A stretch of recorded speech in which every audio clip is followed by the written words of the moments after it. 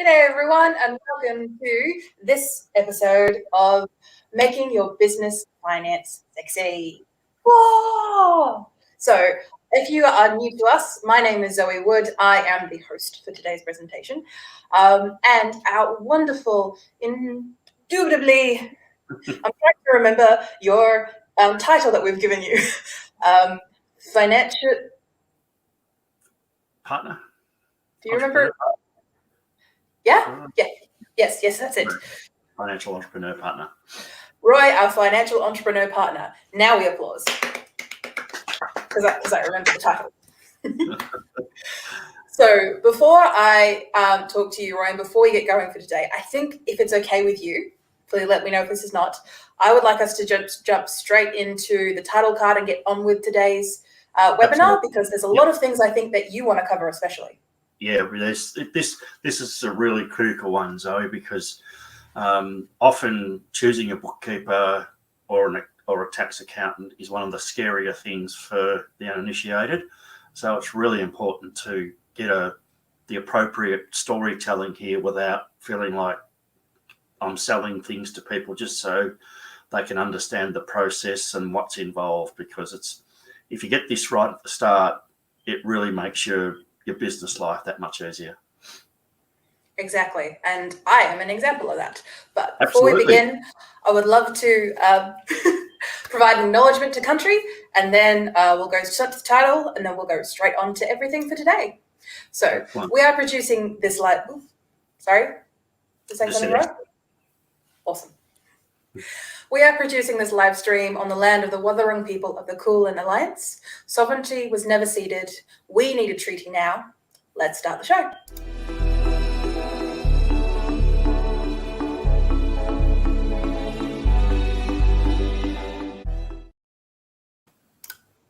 So, Roy, where do we even begin?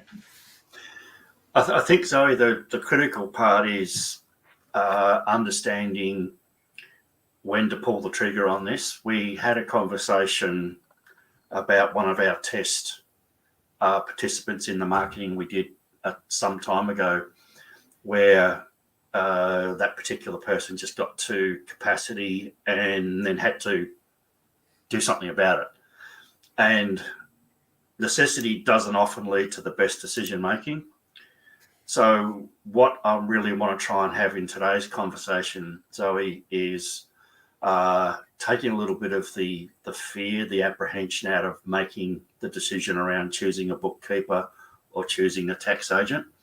Because the really critical aspects of this, if you get it right at the start, you've got an opportunity to build a fantastic relationship for your business that will support your business. So it's really understanding what the trigger is, when that trigger needs to be pulled, and what steps do you need to take to put in place, making the best possible decision for your business in relation to selecting a bookkeeper or a tax accountant. True. And also, possibly, if you would mind me saying so, probably dispelling a few myths about bookkeeping and accountants, because I know for a fact that the reason why I didn't want to approach anyone in that capacity was because I was under the impression that I had to be making more money for you to even give a shit about me. Look, there is a persona around that. There is some reality in that conversation, Zoe. The part is that, particularly more so maybe at the tax agent end, is they're charging substantial amounts of money per hour to do something for, to prepare tax returns and so forth. And it's a really difficult thing. And most of them have a level of empathy to say, hey, look, this might cost you $700 or $800 if I do it for you. But you may find another alternative that will cost you a lot less. So it can be extrapolating to saying, because your business isn't shooting the lights out, you can't afford this service. So it's kind of like person 1 starts the story, goes around the circle to person 10. So where it's around cost versus benefit becomes then, the tax agent doesn't want to know about me because I can't earn enough, I'm not earning enough money. And that's most of the time good reputable tax agents.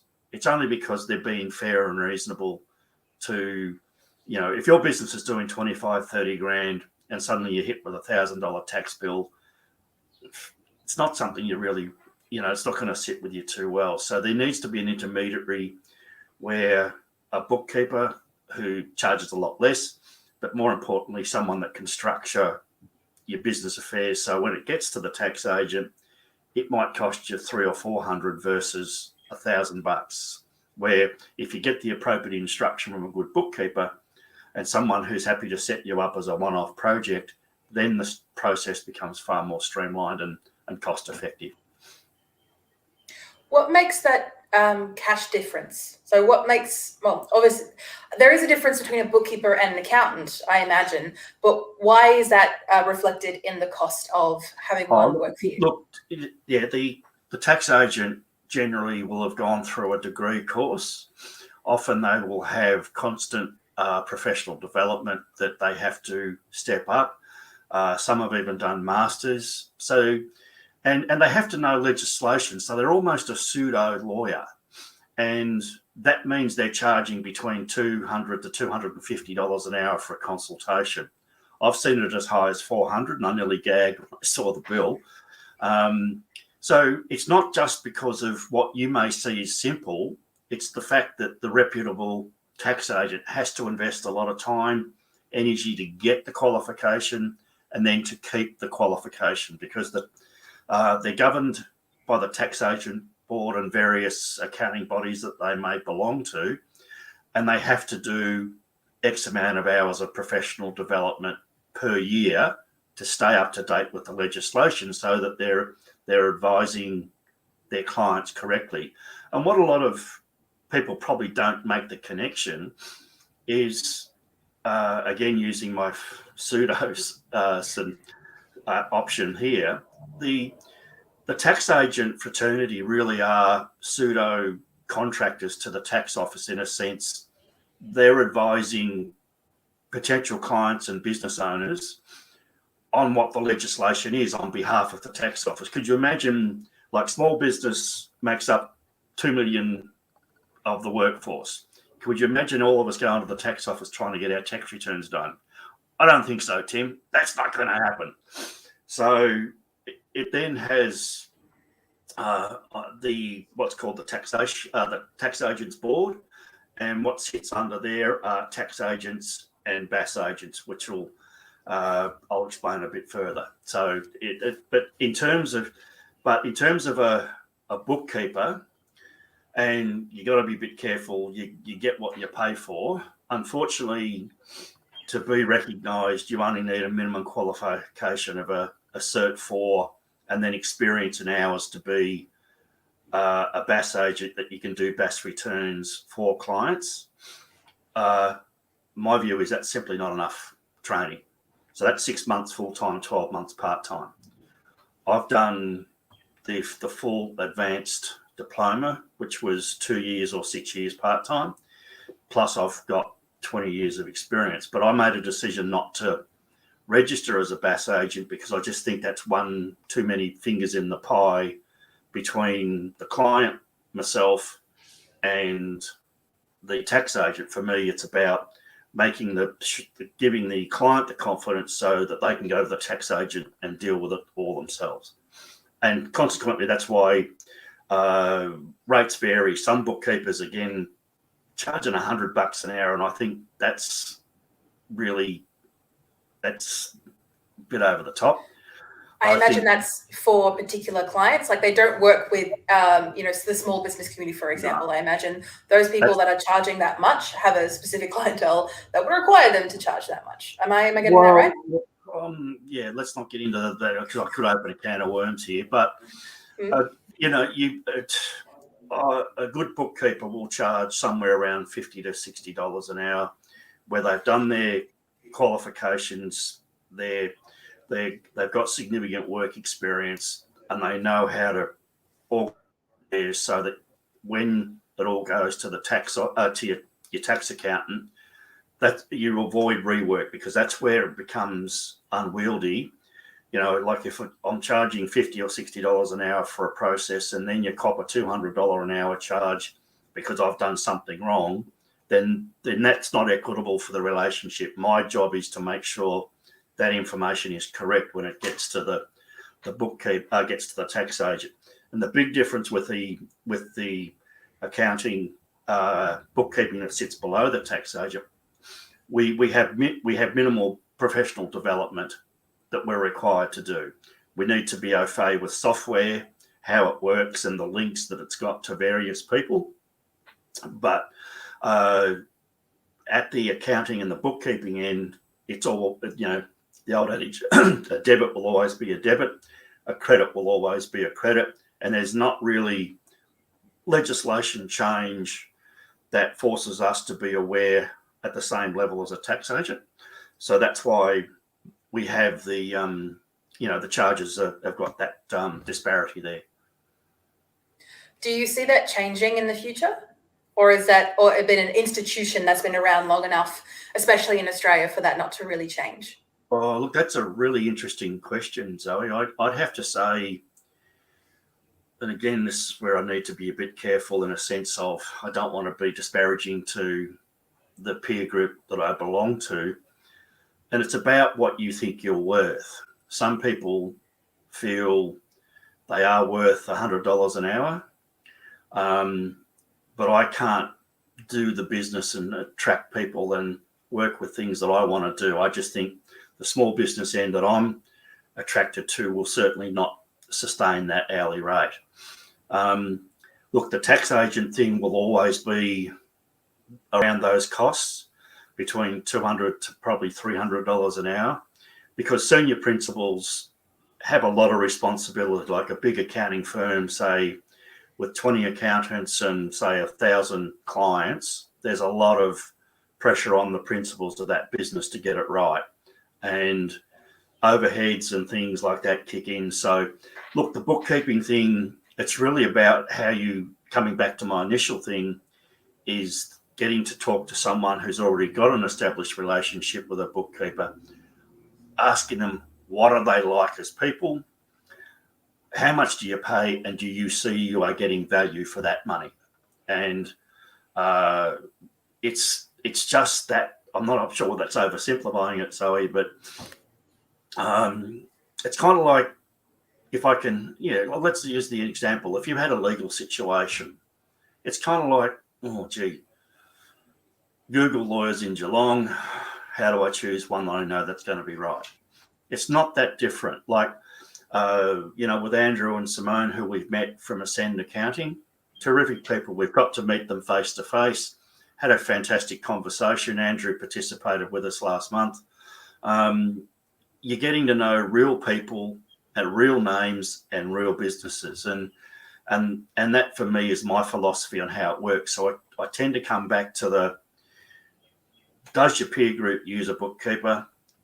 Is that peer group member happy with the service? What are they paying for it? And what are they getting? And the other part that's really responsible for me to educate people is to understand, simply by paying $100 an hour, are you going to get a better service for someone that's charging $50 an hour? I'm not convinced that the bookkeeping job is worth that much difference.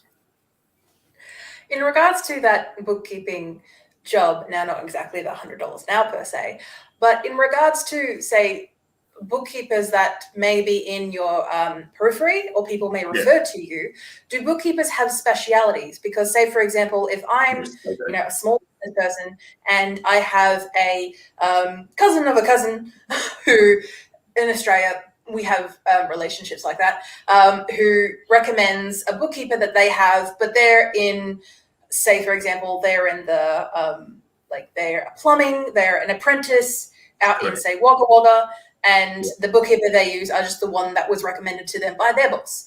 Would that be a good referral because of fantastic observation and comment, Zoe, because that's exactly right. Because my business, particularly in Melbourne, was built around financial services, and because that was my initial referrals, so I probably 60 to 70% of my business ended up being financial services. It doesn't negate you from being in other areas, but it tends to give you an edge. Like in those corporations, I was able to charge $75 an hour plus GST because of the skill set of knowing financial services and knowing the paperwork, knowing the cash flows, so that I could punch out a set of accounts on a monthly basis and not have to be continually going to a higher source to get the job done. But absolutely right. Like if you're a plumber, it's really helpful to be with a bookkeeper or an accountant that understands the plumbing business, carpentry, sparkies, electricians, gym owners, all sorts of different things. If they have a specialty or a core group in the area that you work in, that's a big tick as far as I'm concerned. But again, you just got to be careful about what price you're paying for that privilege. Some people are happy to just, okay, yes, it just happens that that's what my business is. But there's others that'll say, okay, because I'm a specialist in this area, you're going to be charged a premium.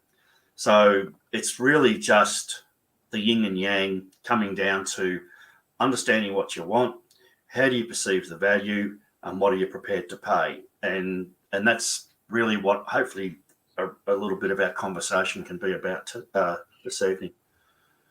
Before I want to move on to, in regards to that, about what makes a good bookkeeper a bookkeeper, which I know you didn't exactly want to answer, but I'm going to make you answer it anyway. Can we go back to a BAS agent? What does a BAS mean? Because I'm imagining a fish, but I feel like that is not tax related. Would you be able to tell me what a BAS is? Should I be scared of it? And in regards to the BAS agents that you've come across, what do you recommend? A few years ago, I've sort of lost track of it now. It's probably actually more than a few years ago. The ATO wanted to govern or legislate or control that grey area between the client and the tax agent with bookkeepers, because a lot of bookkeepers were preparing what they call business activity statements, hence the word BAS. And for those that have to pay wages tax to the ATO monthly, it's an IAS, which is an instalment activity statement. But let's not worry about the IAS so much, because I don't think that's really relevant at this point. So the government brought in that you had to have a certain qualification, certain experience, and then you're able to be a BAS agent. So that then qualifies you to lodge BAS returns for clients on their behalf, and then basically you're charging them accordingly. But for me, I choose to focus on the accounting work, and as long as the BAS draft calculations that I prepare are reviewed by the client's tax agent, then I'm okay. I'm allowed to do that.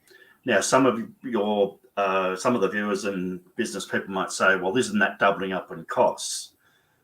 Not necessarily, because I believe by having your tax agent look at your business on a quarterly basis, they can see what your business is doing every 3 months, rather than waiting for 12 months after a financial year.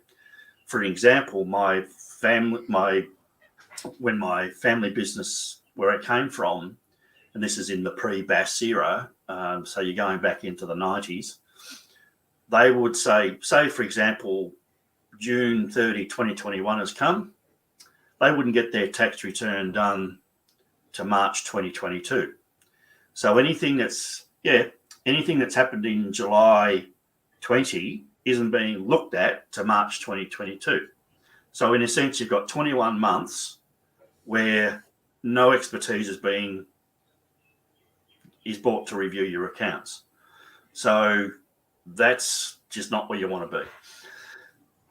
So consequently, as we're all aware, wouldn't that be? I feel like that. Wouldn't that be like illegal or something? Like the government doesn't have an idea of what's going on, and there's like all the changes come in, Zoe. That okay. What we've got now has evolved, particularly with the cloud-based software. The little IT gurus at the ATO. Oh wow, we can do this now because we can organise this sort of access, and it's scary where it's all heading, and it's the government being scary? Never, Roy. What are you talking about? We've got to love our government, especially in Australia, where we believe in our government wholeheartedly all the time. But yeah, look, I don't fundamentally have an issue with it, because what the government and the ATO are moving through is the age-old problem of cash businesses. What this technology is now doing, and a lot of it's artificial intelligence and reporting, it's just so beyond when I started my retraining back in the late 90s. It's what it's become. But I don't have a problem with people flushing out cash businesses, because they're not paying tax, they're not contributing to society, they're not contributing to our, to welfare or whatever. And, I'll just digress for a second, and that's a little bit symptomatic of what I feel society's become. It's all about me, what I can get for nothing, or what I can do to sort of get a free ride. And that's the minority, which is great. So fast forward to from the 90s, as you may not, because you've perhaps only been a little whippersnapper at school when in 19 whatever it was, John Howard got the GST up. It was implemented in 2000, and then the whole BAS, business activity statement regime, has evolved over the last 20 odd years. So the BAS, the business activity statement, is quarterly, and it's for businesses to fill out and report their GST once they've gone over a $75,000 threshold. You can be registered voluntarily for GST below $75,000. And as an example, and I think I've mentioned this to you in the past, so if you're going to shift your demographic and target market, and say you want to look at corporations, if you're going in there as a unregistered GST person, they're going to say, oh, you're earning less than 75,000. How good can you be? Whereas if you're registered for GST, and even though you might be earning less than 7, that's just taken off the table. So it's a bit of a marketing strategy. And with the AI built into these software packages now, it's just nowhere near as onerous as what it was even 5 or 6 years ago. So, but we'll get to the software discussion a little bit later. But yeah. Look, it's for the uninitiated. That's why you just go, I'm putting the white flag up. I'm done. This is too hard. So I just can't, perhaps, because I think I've said in previous examples and previous discussions, Zoe, letting your tax affairs slide for a period of time won't impact on the running of your business. It's just that suddenly, if you let 1 year go, oh shit, that's 2 years gone. Oh crap, there's another year. And then you put all your affairs in, and suddenly you might have a 5 or 10 grand tax bill you've got to pay. And that's brought about by the fear of not understanding or saying, I don't know what to ask for, so I'm just not going to do it because I don't want to be a dill. And as an educator and a storyteller, that's my focus, to try and shift people away from that and saying, okay, what do I need to look at so that I can get this process right? Would you be able to give me an example, Roy, of that actually happening for someone? Because I can, in my mind, think about, okay, someone not doing something for a couple of years and then ending up with a fine. But do you have maybe a story that you could tell us that actually puts that in context for everyone? This is a doozy. Back in the mid-noughties, a friend of mine, colleague in the limousine/taxi game. I don't know how he got away with it, but he hadn't done his tax returns for 10 years. Yep. Okay, that's a while.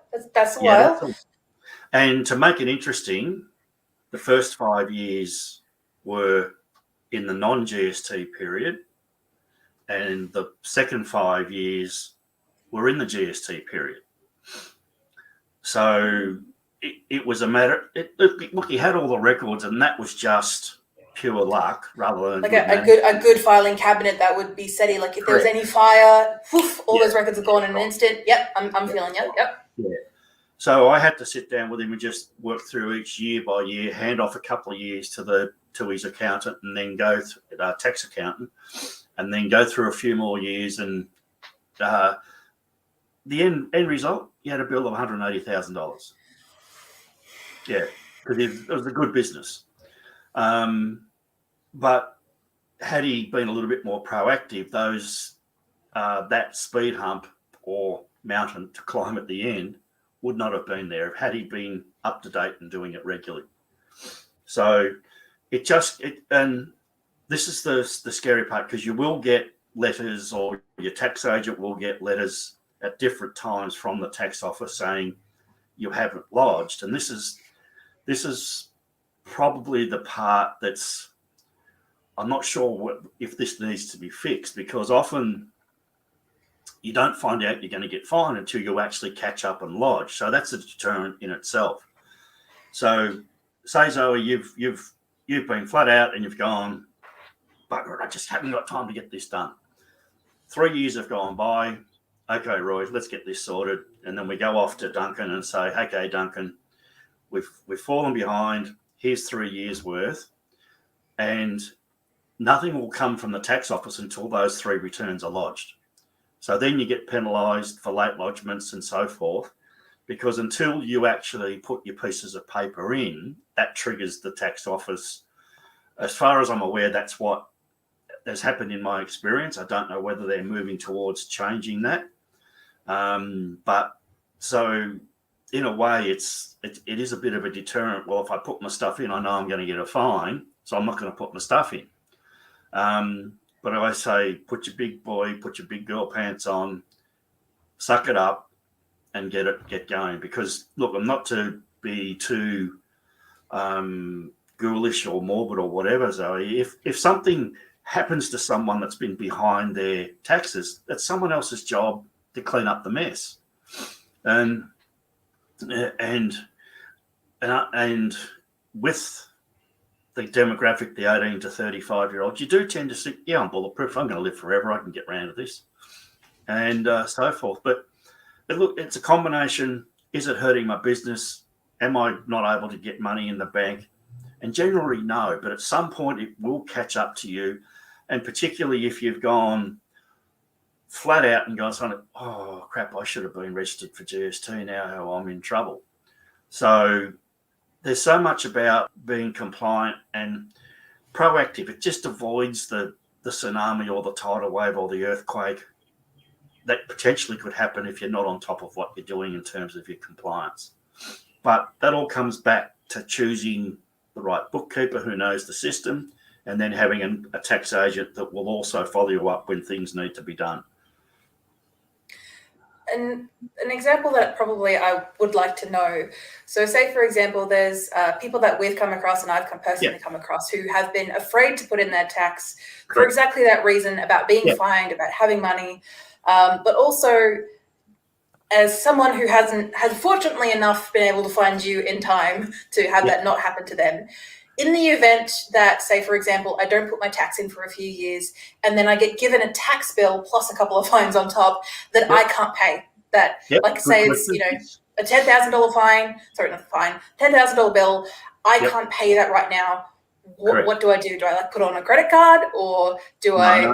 No. The tax off. If you've come to them, and not to be too flippant, but basically, I'm sorry, Your Honour, I'm throwing myself at your mercy, and that's literally here's the handcuffs, take me away.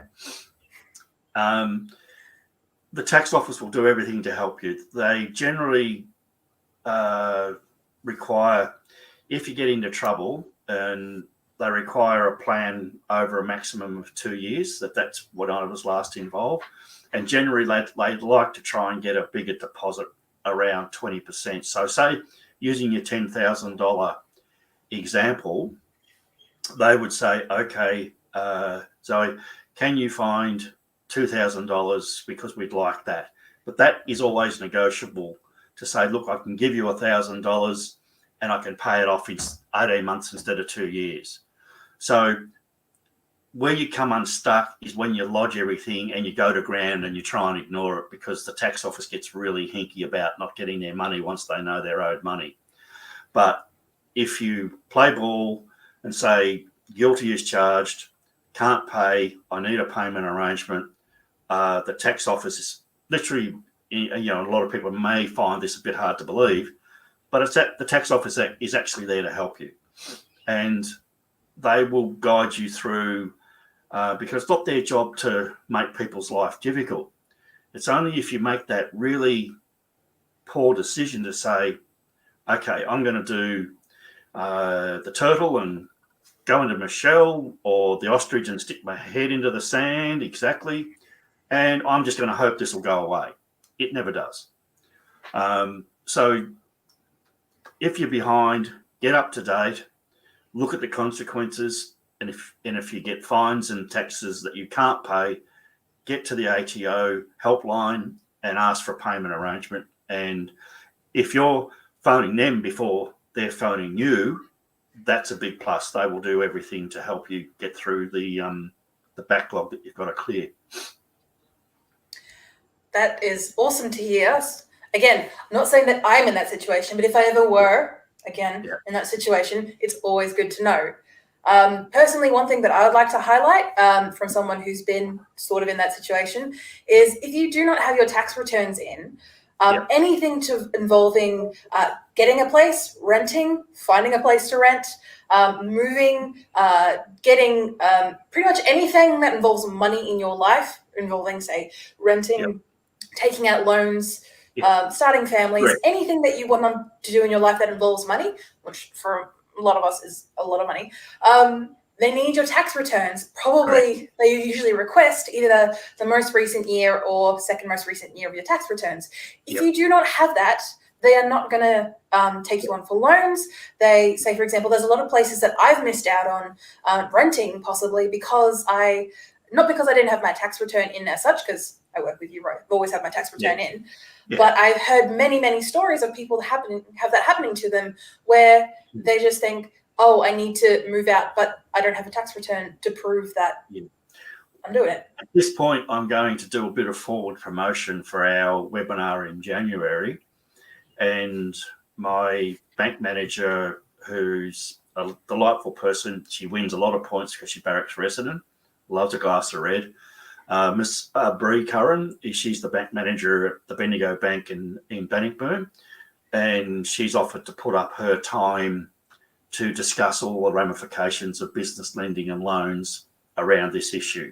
So I think we haven't locked in a date. It'll be mid-January sometime. So just keep abreast of calendars and things, because what you just said then, Zoe, is spot on. And look, partly, and this may be brought about too, that I'm guessing you may have some peers in this situation.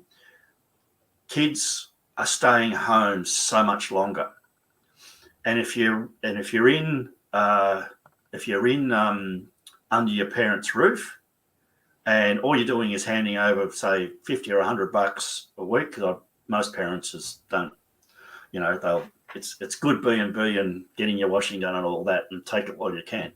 So you don't have that urgency to be in the real world about, well, gee, if I'm living on my own or I'm living with a partner or I've got a family, what do I need to do to get these things to happen? And then say you're 25, meet the love of your life, you move in together, you've both been living at home, and suddenly you've got all this stuff happening that you need to get in around finances and getting leases and things for home, and you haven't done any tax returns for 2 years. You go, gee, that worked, didn't it? So you're straight back home till you get it all sorted out. So it's not just, you know, an inconvenience. It really does impact what your life's about, because people, businesses, and particularly real estate agents who are acting in trust for the landlords to put tenants in there, they have to have substantiation of what your income is so that you can afford to pay the rent. And if you can't afford to pay the rent, then, and you somehow get through and get into a property and it all blows up, then the real estate agent is in trouble with the landlord. So this is why all this information, sadly, it's almost become non-negotiable. You've got to have it. And that's something that I definitely found out a lot when moving out of home, for my example, was quite abruptly. But in that situation where I needed, so back in, say, 2016, where a lot of things came crashing down for me mentally, but just in general. And I found out that I was so far behind on things that I wasn't even aware of because I wasn't informed, because I wasn't told about it. Had to grow up in a real hurry, which is always fun to do. I must recommend. But it's good to hear that if you are taking that initiative and say, for example, I know, for example, when I first met you, Roy, and then I want to say at least maybe 3 months later, I had my first sit down with Duncan, back in the days when you could actually sit down. I sat down with Duncan, and Duncan was the first, well, besides you, but the first financial person that I came across who just spoke to me as if, like, didn't speak down to me, didn't speak as if I was stupid, and just said, look, this is what's going on. And one of the things that I remember being very surprised at was they said, oh, back in 2012, you didn't put in your tax. I'm like, yeah, I was in high school. I turned 18, nearing at the butt of that year. And he just said, okay, cool, I'll press a few buttons and sort that out for you. Yeah, and that's the really underneath my mantra that I share in our collaboration, Zoe, is we're storytellers, we're not sellers, and we're peer group, we're not peer pressure. We feel that it's just so critically important to have the relationship on the same level, same interaction, that we're talking as people. Because generally, if particularly someone at 18, 19 or 20 who was in running their business, they already have an idea it's pretty tough in the world out there. And I'm not saying university students and people who stay in education to 24 or 25 are any different. They get a taste of the real world, particularly for lawyers and GP and doctors that come out of their studies with, six-figure HECS debts and so forth. So it's all relative to the sphere you're in. But for having that interaction of people who are not, so you don't feel like you're sitting in front of the school principal, which I've used before, and that you're feeling, gee, this bloke is actually fair dinkum and he's here to help me. And that's, you kind of got to meet me halfway. If I can understand that your dilemma is about lack of confidence, lack of understanding, lack of trust, and then the critical element, even if you are 3, 4, hopefully not too many more years than that behind, if you've got your bank statements and your records, generally most things can be resolved. But that's, again, leading into around the next phase of choosing the good bookkeeper, is having good software there as well. Yes. So I'm intrigued to know, obviously there's a lot of nuances that comes with a bookkeeper, and we've already touched on a fair few of those points already, in the sense of, is your bookkeeper someone who specializes in what you do? And if they don't specialize, because there's a fair few, as you can probably attest to, Roy, there's a fair few people that say, oh, I work with anyone, I work with everyone. But being able to see from an outsider's point of view, now, of course, everything is subjective, no legal ramifications, all the good stuff. Hashtag, please don't sue us. From an outsider's point of view, other than having a referral, which from what I can understand of the industry is how a lot of people get clients and get those type of work, what makes a bookkeeper the right bookkeeper for them without, say for example, having a 12-month trial of working with a bookkeeper before finding out that they're not that good? Step back from that a little bit to explain to you how the general system works. If you're devoid of any contact in the business world and you need something, there's generally two avenues. One of the government is set up underneath the tax agent board, which I think is tab.gov.au, I think, and there's a register that you can search. A bit like when you're going to JB, you want to go to JB Hi-Fi, where's the nearest store? Whack in your postcode, and here's the nearest stores. It's a bit similar with tax agents and BAS agents. Put in, well, I'm not sure, I've never used the search engine, but I'm assuming it's built around location. And you just whack it in, and then you get BAS agents in your area. If you're lucky, some of them have got websites, you can do some research. But again, that's that research. Pick up the phone. What's the cost? What's your availability? How do you do things? So there's a real bit of a grind to say a disincentive to go ahead and do it. Whereas when you get to the if you're in amongst a group that's already established some protocols, they can short circuit this system so easily if they already have a good bookkeeper and a good tax agent in place. And it's just a matter of getting in contact, and all those things can be set up. So generally with referrals, I've never, some tax agents or bookkeepers, I haven't heard of it for a long time, will pay for referrals. I just think that puts the relationship on the wrong footing. It's all about trust and cost benefit and savings over a period of time of the relationship. But for me, so the core element of getting it right is getting to sit in front of someone face to face to say, gee, I like this bloke, gee, I like this woman. They're really switched on.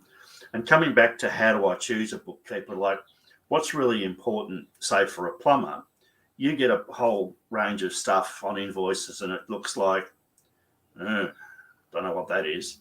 And they might be brackets and piping and things like that. And if you don't know what you're looking at, you've got to continually ask the owner of the business, oh, what's this, what's that? And they get a bit frustrated and annoyed. Well, I'm paying you to know this. Why don't you know it? And it's so it's really, whereas if I've worked in the carpentry or the electrical or the, plumbing, the whatever, I can pick up an invoice and it might be across 5 different businesses, but because I've worked in these businesses, I know what I'm looking at and I can allocate it without having to ask the owner. So that's why it's really, and particularly like we'll take your business, Zoe, there's a lot of subscriptions, a lot of overseas stuff that you source. And so it's been a real learning curve for me because social media, as you know, Zoe, it's not my favourite pastime until you've dragged me kicking and screaming into the 21st century with a lot of bells and whistles and new things to be excited about. So it's, I have to understand your business, but now if I, to have other social media clients, I know, and I can, if I see similar names or similar things, I can say, is this a subscription? Instead of saying, what is it?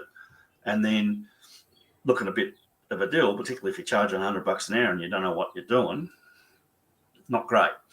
That referral, that knowledge, that expertise is really something that's pretty important to make sure you've got the right person that can help you with the business and not cause you more headaches than solve.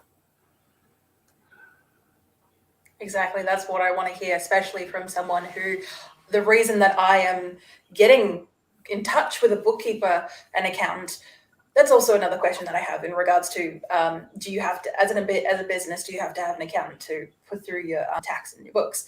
But as someone, especially when it comes to small business owners, you are being hired to take the work over, to deal with the stuff that they don't do. You're being hired to deliver an outcome.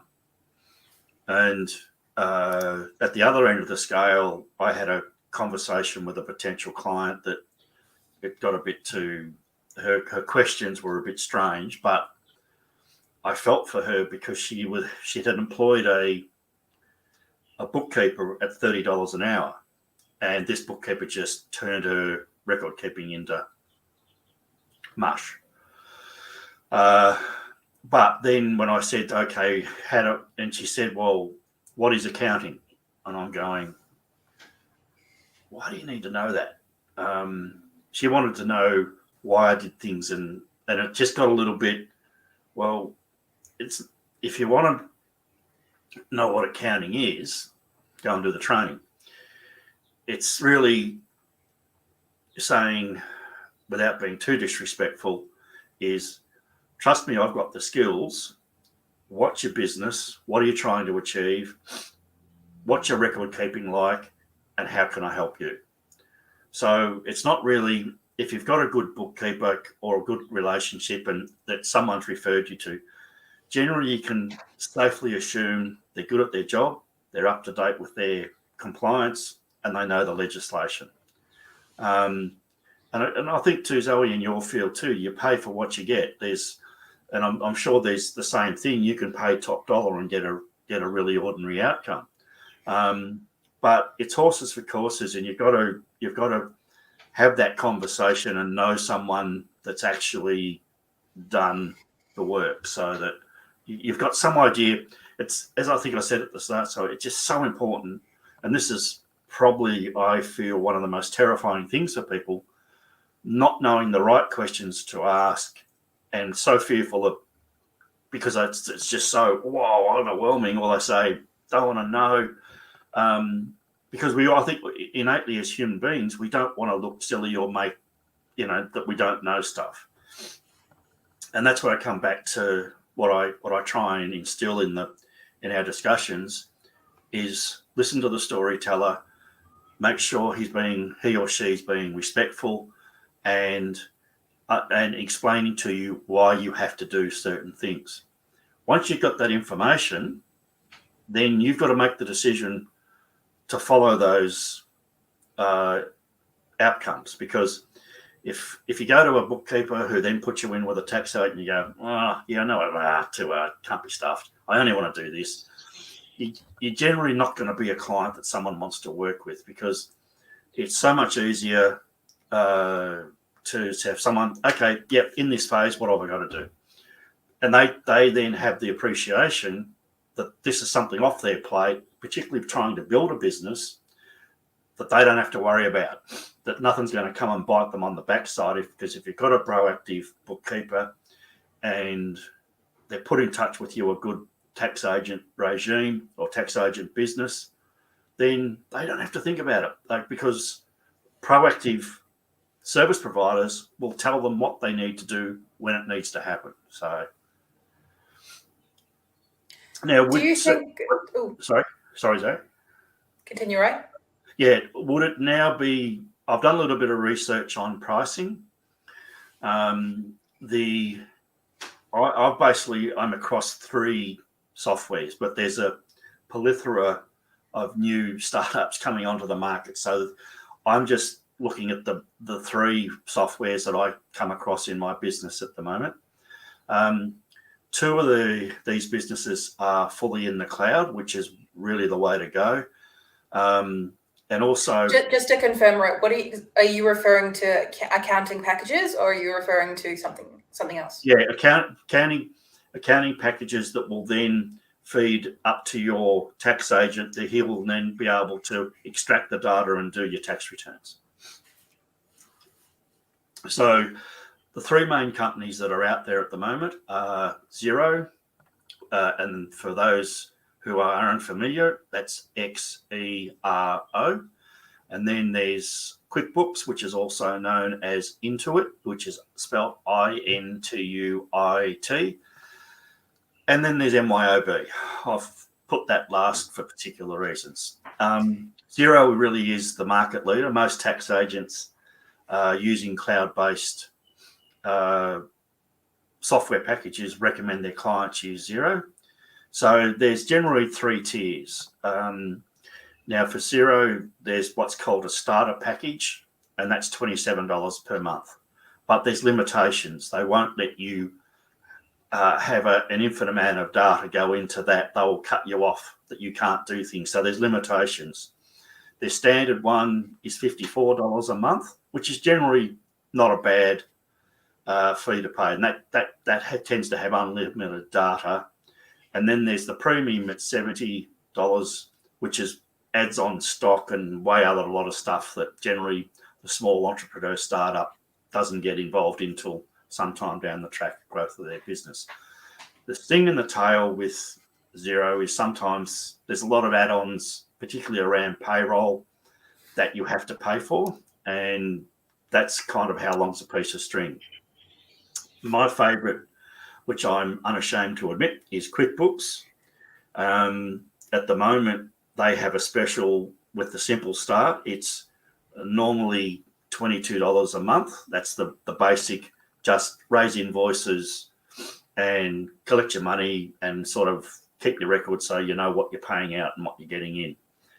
First 3 months, that's $11. They've discounted it at 50%, so it's $11 a month. Their next mid-range one is what's called Essentials, and that's at $37, and that's the $18.50 for 3 months. And that's the one you want. Say you've got a number of employees, up to about 4, I think you can have on that program, and a little bit more sophistication in your business that you might be going for 3 or 4 years. And then there's the U-Butte Plus, which is the Rolls Royce, $52 a month, discounted to $26. Other than payroll, the thing that I really do like about QuickBooks, there's no mystery add-ons. So basically all in those levels, you get outcomes that you pay for, you know what your costs are going to be without any sort of hidden. I do have to say though, Xero's AI is probably the best going around. So there's pros and cons. And look, I was going to do MYOB, but to be honest, I'm not really interested in recommending that because it has its operating system on your hard drive and information in the cloud, and it just creates, it's just not a great system to work with at different times. So I'm probably going to get MYOB shouting down my neck at this point, but it's just something they do have an online fully based cloud thing called MYOB Essentials, which is $48 a month. Again, that's a pretty good basic program to start with, but you can get the same thing at Xero for $27 and at QuickBooks for $22 once the discounts have expired. So, there's really, sorry, I just got an itchy nose. Hopefully you can edit that out. So yeah, look, but generally the bookkeeper will, if you go to a bookkeeper, they will advise you, and generally tax agents have a preference. There is one, even though particularly tax agents will say, you can set your software up with me and I will get you a massive discount. Problem is, if the relationship doesn't work out, you then got to unwind your software under his or her license. So I really, even though it might save you $200 or $300 a year in some cases, but I look at it that you have the autonomy, you have your records in your control. So if you're not happy either with the bookkeeper or with the tax agent, you can pack up your kit bag and off you go and find some other providers. So I hope that information will be helpful. Zoe and I will put our heads together and perhaps do a little bit of a summary in terms of pricing on Instagram, Facebook, or LinkedIn, just so you know what we've discussed, so that gives you an idea of what to look at. But again, if you start with your referral, get to your bookkeeper and then a tax agent, they will help you, guide you through selecting the appropriate software for your business. No, and thank you so much, Roy. That is very good to know, especially for someone new into the business. I, as you very well know, and for viewers who have seen me before, I went through a good 8 bookkeepers, 6 of which put me onto their customary package of whatever they were using at the time. And yes, I want to tell you now, detangling yourself from that is a pain I do not wish to inflict on anyone else. So to have that as a separate thing, have that not a separate thing to the bookkeeper per se, but to have a license that you are the one that started it, it's not attached to any particular bookkeeper or something like that. I imagine even though you are in a position that potentially to save money, just look at it as an insurance policy to protect the records of your business. Should the relationship not work out, in all of these softwares, they have a facility called manage users. So if there's a problem and it's not working out, you can simply go into your manage users module and delete people that you no longer want to let them have access to your files. So from that perspective, it's really something that it just gives you that security that it actually belongs to you and the service provider, whether it be QuickBooks, Xero, or MYOB Essentials. And as you clarified before, Roy, there are other options out there, but there are varying degrees of levels that they're at. Some of them are new, some of them are a little bit older. Say, for example, there's a lot that I can think off the top of my head that get advertised to me, but are only based in America and the US and Canada, for example. So just keep in mind when you're looking at options or when you're researching online, keep that in mind that in Australia, things are going to be slightly different as to what products can work here compared to some that only work in the US. Fantastic point. So you've got to, a lot of people want to outsource to Malaysia, India, and Singapore. Depending on what you're doing, have no issue with it. But if you're using an accounting package that's developed in another country, there would be, in my view, questions about how well do they know our legislation? How well do they know our compliance requirements? And so from my perspective, it's really important. Choose an Australian-based software provider. It's in your best interests. Sometimes people get a bit excited. I want to be the trendsetter. I want to try the new thing that's on the block. But bear in mind, and it really pains me to admit this, but the accounting fraternity is still a very, very conservative area, and they like their tried and tested methods. Yes, because it's not just you making the decision at the end of the day. It's whoever you end up working with as well. But also, too, that's why for me, having a social media collaboration it's worked for me too. And I need to be respectful of other industries, and particularly why Zoe and I, just to refresh with people that have perhaps been following our story. It's really important for me to understand social media and the new vibe around getting things done. So I have to ask the right questions. I have to have the knowledge. I have to have an understanding that I would never have achieved without the collaboration.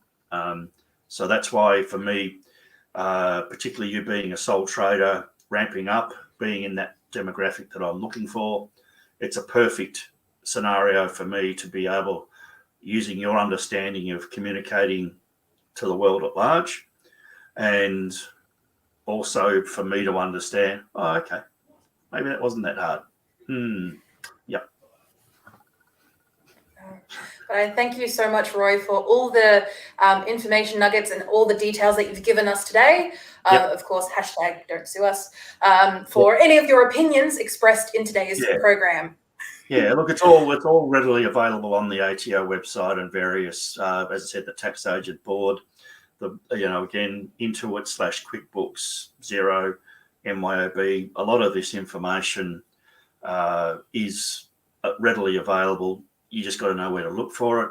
But just my personal view is, if you're able to, just to wrap up, if you're able to have a peer group member that you respect, and they have a process and a protocol in place, that's a good place to start, to say, hey, oh, look, I've got to do this. What have you done and what's your outcome? So if you've got a voice from a trusted source, then you start to take away the fear of asking the wrong, or in your mind, what might be dumb questions. So anyway, we'll do our best, and we'll go from there. Awesome. Thank you so much, Roy, for coming and being on our webinar today. We are just going to finish up because it is hit the 7:30 mark for those who are watching us live. And for those who are watching us on the hashtag replay, why not loop it around again and see if you want to watch it again? Maybe boost our numbers up. Speaking as of next month. So next month is the 20th of December at 6:30 p.m. as usual.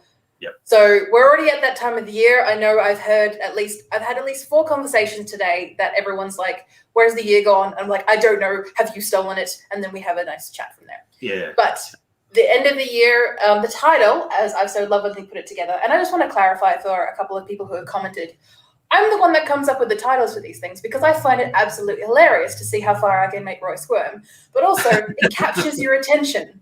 Yeah. It captures your attention because it just gets people on board. So the end of the year, we have Wrap Me Up Daddy.